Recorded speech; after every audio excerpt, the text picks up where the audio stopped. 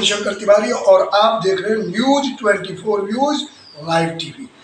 जी हाँ, हमेशा की तरह आज फिर हमारे साथ में अखिल भारतीय पंचायत परिषद के इंसाइक्लोपीडिया राष्ट्रीय अध्यक्ष वाल्मीकि प्रसाद सिंह उर्फ मुनि जी हैं।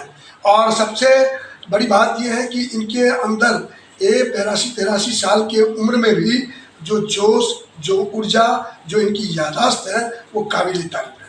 तो आइए आज मैं वहीं से शुरू करता हूँ जहाँ की कल खत्म हुई थी बात। जी हाँ, छलांग लगाने की।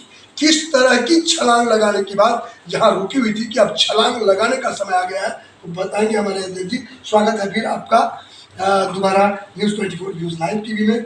आपने कल छलांग की बात करी थी, क्या छलांग, किस तरह का छलांग लगाना चाहते हैं? ऐसी कौन सी परिस्थितियां आपको दिखाई दे रही है जिसमें आप छलांग लगाने की बात करें? मैंने छलांग लगाने की बात कही थी कि यह अमृत वर्ष चल रहा था।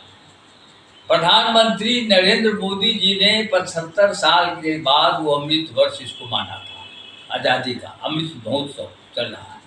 तो 75 साल जो आज़ादी का है, उस आज़ादी के 75 साल में देश तैयार हो गया है व्यवस्था परिवर्तन के लिए। इसलिए मैं छलांग की बात कर रहा हूँ और उसके लिए नरेंद्र मोदी धन्यवाद के पात्र। ऐसा उन्होंने क्या कहा जो उदाहरण देकर के आप हमारे नरेंद्र मोदी ने वह कह दिया जो आज तक कोई प्रधानमंत्री ने पंचायत के लिए नहीं कहा था। उन्होंने कहा कि हम स्वामित्व दे रहा हूँ 24 अप्रैल 2020 को कि स्वामित्व मैं दे रहा हूँ। जब स्वामित्व आप दे रहे हैं तो जो संविधान में जो व्यवस्था है, जो व्याख्या है, उसके अनुसार राज्य सरकार का जो दायरा है उसका स्वामी राज्य सरकार है, केंद्र सरकार का जो दायरा है उसका स्वामी केंद्र सरकार है। लेकिन जो पंचायत सरकार का स्वामित्व आपने दायरा फिक्स कर दिया, अब उस दायरा का स्वामी पंचायत है, न कि राज्य सरकार है जी। और जब राज्य सरकार नहीं है तो पंचायत का जो रूल रेगुलेशन 29 विषय जो संविधान में व्याख्यापित है, वह 29 विषय पंचायत को राज्य सरकार को दे देना चाहिए, जो आज तक कोई राज्य सरकार नहीं दिया।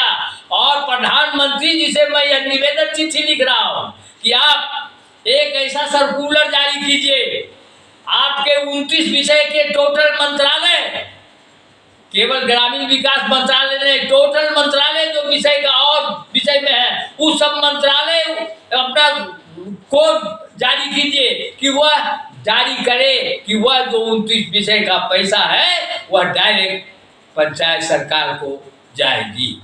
आपको क्या लगता है, जैसे कश्मीर में पिछले दिनों आपका जो है डेलीगेट्स का कार्यक्रम होने वाला था, नहीं हुआ, वहाँ भी पंचायती राज के तहत चुनाव हुए और पंचायत में जीत भी हुई, लेकिन वहाँ जो हत्याएं हो रही हैं और ख़ास तौर से पंचायत के लोगों की हत्या हो रही है, नहीं तो जवानों की, अभी 4 जवान शहीद हुए हैं।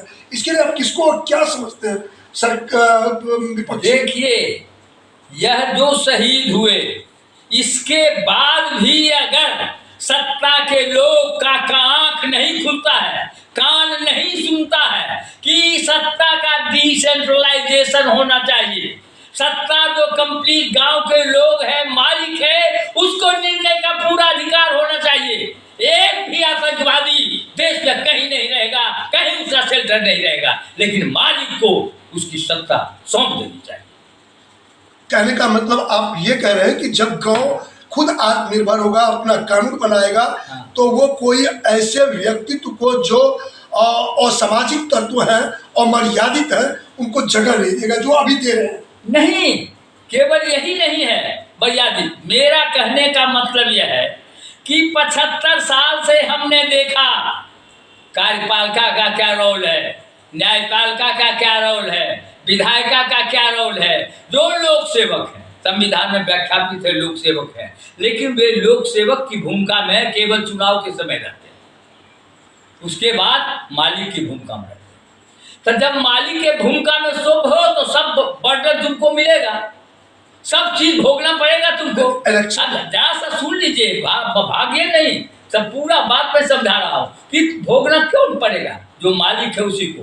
तो मालिक जनता है, मालिक के हाथ में दे दो, मालिक का देखे कि कैसे आतंकवाद खत्म होगा। ग्राम सभा देखेगी कि आतंकवाद को कैसे खत्म करेंगे, ग्राम सभा देखेगी भ्रष्टाचार बलात्कार को कैसे खत्म करेंगे। सारी जिम्मेदारी मालिक पर आप सौंपिए। टोटल पुलिस, इतना बड़ा पुलिस बल, इतना सेना, सब कुछ आपके पास है, लेकिन वह जो सेना को अगर छोड़ दीजिए तो पुलिस बल जितना है किसकी सेवा कर रहा है, क्या कर रहा है? कार्यपालिका की सेवा कर रहा है, न्यायपालिका की सेवा कर रहा है, अब विधायिका की सेवा कर रहा है, जनता की सेवा नहीं कर रहा है। जबकि व्यवहार में मैंने जो उसको जनता की सेवा के लिए पुलिस है, थाना पुलिस सब ने आप गठन किया, लेकिन वो किसके निर्देश पर चलेगा? वो कार्यपालिका के निर्देश पर चल रहा है, मालिक के निर्देश पर। ऐसा कहीं देखे हैं दुनिया में कि मालिक के निर्देश पर कोई नौकर नहीं काम करे, लोक सेवक काम नहीं करे? मालिक के निर्देश पर काम होना चाहिए था, चाहे थाना रहे चाहे ब्लॉक रहे सब। लेकिन उल्टा 75 साल से हमने देखा उल्टी गंगा बह रही है। अब इसको उल्टा करने की जिम्मेदारी पंचायतों को है, और पंचायत अब उस मुहाना प्रदेश को खड़ा कर दिया है हमने ला करके प्रधानमंत्री नरेंद्र मोदी ने कि अब छलांग लगाने की जरूरत है। और जिस दिन छलांग लगा लेगा, छलांग लगावेगा नौजवान। नौजवान हिंदुस्तान नौजवान है, वह महत्वपूर्ण भूमिका इस छलांग लगाने में करेगा। क्योंकि लोग कहते हैं निराशावादी, निराशा से दूर रहिए। हमारा नौजवान हौसला है, उसका बुलंद, उसका हौसला है। और इसलिए मैं कहता हूं तमाम लोगों को, जो आप पत्रकार हैं उनको भी कहना चाहता हूं कि गंगा की कसम, यमुना की कसम, एक दाना बाना बदलेगा। तू खुद तो बदल, तू खुद तो बदल, तब तो ये जमाना बदलेगा। तो बिल्कुल कहने का रावी की रवानी बदलेगी, सतलज का मुहाना बदलेगा। कर जोश में तेरे होश रहा, तस्वीर का दाना बदलेगा।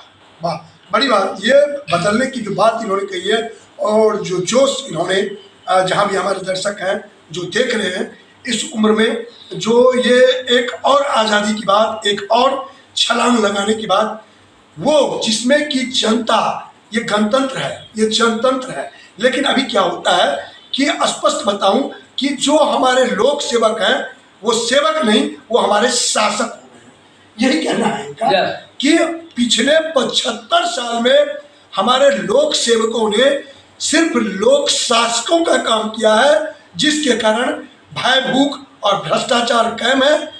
आतंकवादी, नक्सलवादी या जो और भी चोर, डाकू, उचक्के और सामाजिक तत्व समाज में फैले हुए हैं, उसके पीछे हमारे व्यवस्था का दोष है। ये अक्सर कहा करते हैं कि सत्ता तो बदली, व्यवस्था नहीं बदली। तो उस व्यवस्था को बदलने के लिए इन्होंने जो छलांग लगाने की बात कही है, क्या लगता है आपको कि ये संभव है? मैं आपको कहता हूं कि पंचायत ही व्यवस्था बदलेगी। मूल आधार व्यवस्था बदलने का पंचायत है, और दूसरा कोई रास्ता नहीं है। सत्ताधारी को यह सोच लेना चाहिए कि अब बदलने वाला है हिंदुस्तान। जब बदलाव आता है, जब बदलाव का समय आता है, उबार बिंदु आता है, तो उस समय उछल पुछल रहता है। अल्लाह क्या होगा, लोग शंका में रहते हैं। वही उछल पुछल का समय है, छलांग लगाने की जरूरत है, और उसके बाद व्यवस्था का परिवर्तन होगा, जिसमें मालिक के भूमिका में, सेवक के भूमिका में। और अगर नहीं काम ठीक से करता है तो मालिक का यह फर्ज बनता है, कर्तव्य बनता है कि उस सेवक के जगह पर दूसरे सेवक को बहाल करे। तो इसके आपके कहने से तो यह स्पष्ट साबित हो रहा है कि चाहे वो कार्यपालिका हो, न्यायपालिका हो या विधायिका हो, सब में आमूलचूल परिवर्तन होगा छलांग में। जैसे अभी क्या हो रहा है, आप लोग मार्क नहीं करते हैं, अभी हम एकदम मार्क कर रहे हैं कि जब देखा कार्यपालिका के हम नकारा हो गए, देखा विधायिका के हम तो रोज गाली सुन रहे हैं, और देखा न्यायपालिका से थोड़ा बहुत आशा था, तो अब कार्यपालिका का पूरा जोर है, विधायिका का पूरा जोर है कि न्यायपालिका को भी उसी श्रेणी में लाके रख दो। अब वही होने जा रहा, एक वही है जो बचा हुआ था, वो भी अब उसी श्रेणी में जा रहा, जो जिसमें कार्यकाल था।